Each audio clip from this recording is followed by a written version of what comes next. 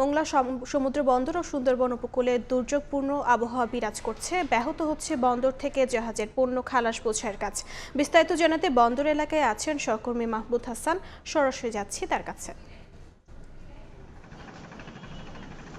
মোংলা সমুদ্র বন্দর এবং সুন্দরবন উপকূলীয় এলাকায় দুর্যোগপূর্ণ আবহাওয়া বিরাজ করছে। গত 2 দিন যাবৎ প্রচন্ড বৃষ্টি এবং বৈরী আবহাওয়া কিন্তু এখানে চলছিল। তবে এতে জনজীবন বিপর্যস্ত হয়ে পড়েছে। বন্দর কর্তৃপক্ষ যেমনটি জানিয়েছে, বন্দরে অবস্থানরত বেশ কয়েকটি পণ্যবাহী জাহাজ রয়েছে। এই জাহাজগুলো কিন্তু পণ্য খালাসের অপেক্ষায় রয়েছিল, কিন্তু যখন থেমে থেমে আবার কখনো মাঝারি বৃষ্টির কারণে এখানে খাদ্যবাহী এবং সারবাহী জাহাজের কাজ কিন্তু ওই সময়টায় বৃষ্টির সময় বন্ধ রাখতে হচ্ছে এবং অন্যান্য জাহাজের কাজ কিন্তু কার্যক্রম সেভাবেই রয়েছে। তবে বন্দর কর্তৃপক্ষ আমাদের যেমনটি জানিয়েছে যে বন্দরের যেটি অভ্যন্তরীণ এলাকায় কিন্তু কার্যক্রম সেই সমানভাবেই চলছে।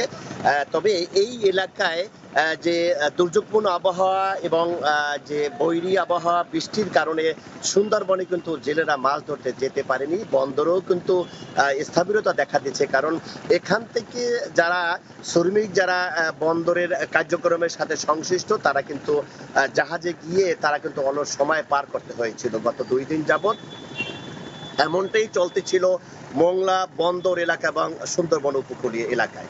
তবে এখান থেকে বন্দর কর্তৃপক্ষ আমাদের যেমনটি জানিয়েছে যে এছাড়া যে সার এবং খাদ্যবাহী জাহাজ ছাড়া অন্যান্য যে জাহাজের পণ্য খালাস কিন্তু মোটামুটি তারা চালিয়ে গেছে এবং যেটি অভ্যন্তরীণ এলাকায় কিন্তু কার্যক্রম স্বাভাবিকই চলছিল।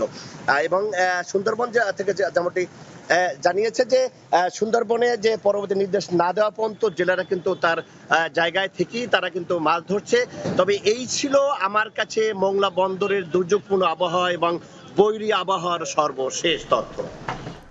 যুক্ত ছিলাম মোংলা বন্দর এলাকায়।